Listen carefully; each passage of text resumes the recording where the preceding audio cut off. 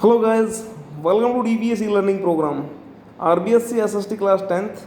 और हम जो पढ़ रहे हैं वो पढ़ रहे हैं struggling India from 1206 AD to 1757 AD. 1206 से 1757 का जो समय रहा उसमें भारत को संघर्षकालीन भारत बोला गया। भारत की स्थिति खराब हुई, क्यों हुई? जो भारत की पोजीशन खराब हुई, इसके पीछे जो रीजन रहा कि जो मुस्लिम जो इन्वेडर्स थे, विदेशी जो फॉरेनर, वो आ चुके हैं इंडिया के अंदर, और इन्होंने इंडिया के अंदर आकर के पूरा का पूरा आतंक का जो माहौल था वो बना दिया, दिल्ली को अपने कब्जे में ले लिया। और यहाँ पर डायनेस्टी स्टार्ट हो गई थी, गुलाम एलबरी या यामनी डायनेस्टी जिसको बोला गया, जिसमें हमने कुतुबुद्दीन ऐबक, इल्तुतमिश और रजिया सुल्ताना को पढ़ लिया था।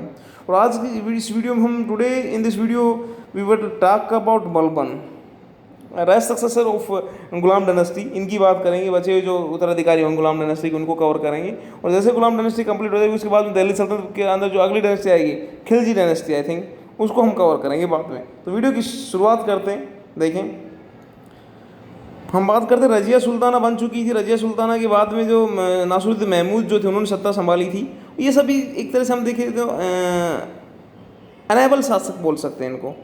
और नसरुद्दीन महमूद के पीछे तो वास्तव में जो पावर थी वो एक तरह से बलबन की थी। उसी बलबन को आज अपन पढ़ने वाले हैं।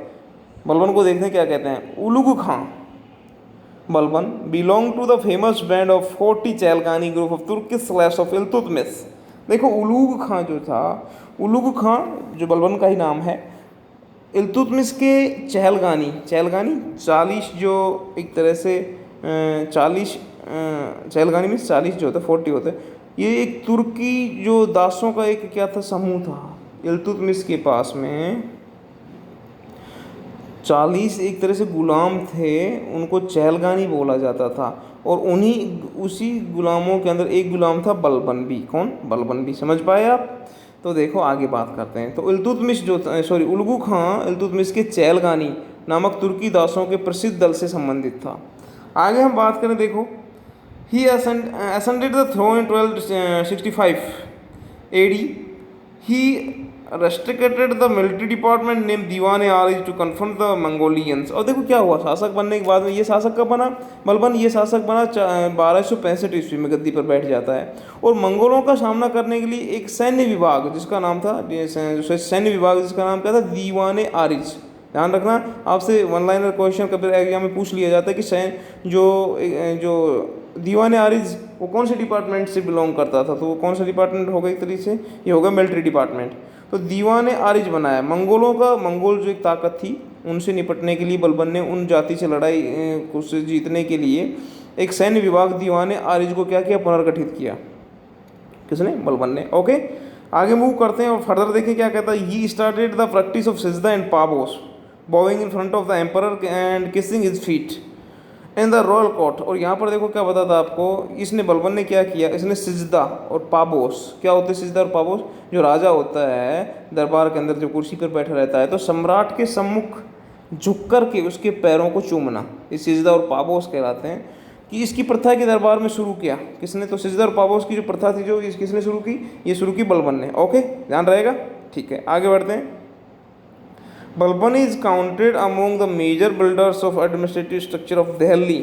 यहाँ पर देखो आपको क्या बताता है, बलबन जो था दिल्ली सल्तनत के प्रशासनिक ढांचा जो एडमिनिस्ट्रेटिव स्ट्रक्चर था उसके निर्माताओं में प्रमुख इसको बताया गया बलबन को। Okay, he adopted the policy of iron blood against the enemies in which the man were killed and the women and children were enslaved.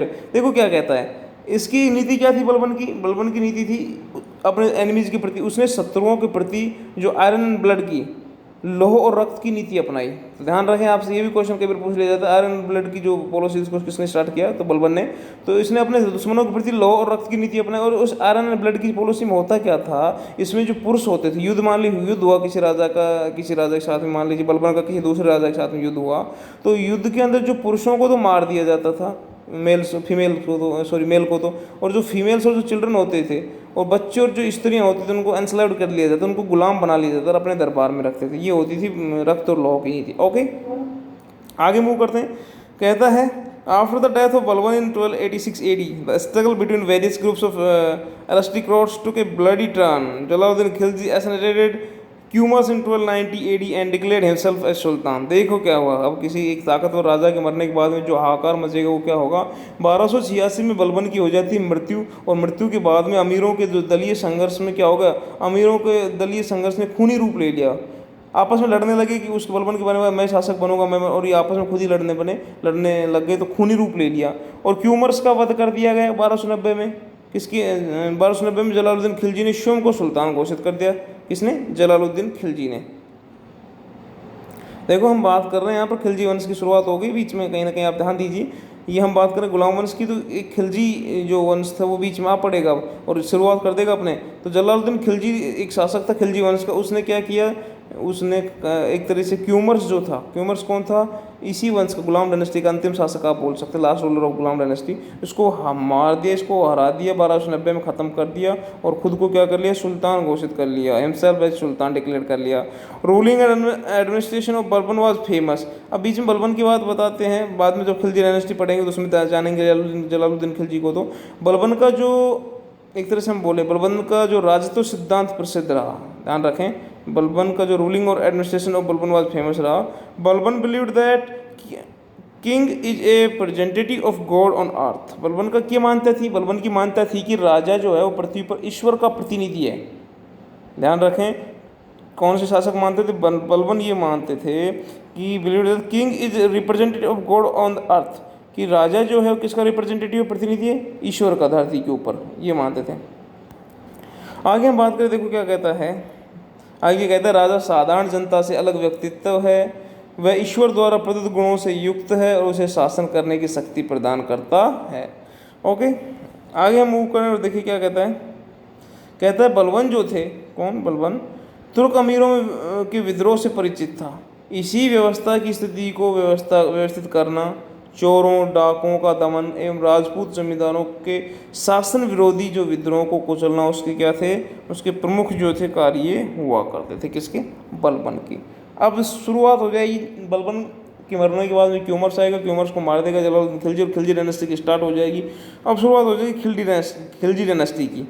Khilji जो एम्पायर था 1290 से 1320 तक इन्होंने ये शासन करेंगे। ये दिल्ली सल्तनत जो पीरियड है वो 1206 से शुरू होता है, 1526 तक जाएगा जहाँ तक हो।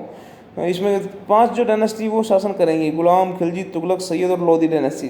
तो गुलाम वंश को हमने पढ़ लिया, अब हम पढ़ रहे हैं खिलजी डायनेस्टी को। और इस खिलजी डायनेस्टी का जो साम्राज्य ये रहेगा 1290 से 1320 तक। इनमें कौन कौन से शासक रहे, कौन से मेन रहे, इसको हम पढ़ेंगे कल के वीडियो में। तो स्टे कनेक्टेड, कीप लर्निंग, जुड़े रहिए हमारे साथ में, अपनी सेहत का ख्याल रखिए। फिर मिलते हैं आपको लेकर के एक नया वीडियो आपके लिए। और मैं लास्ट में ये कहना चाहूँगा, आपके कोई क्यूरीज हो तो आप पूछिएगा ज़रूर कमेंट सेक्शन के थ्रू। तब तक के लिए गुड बाय।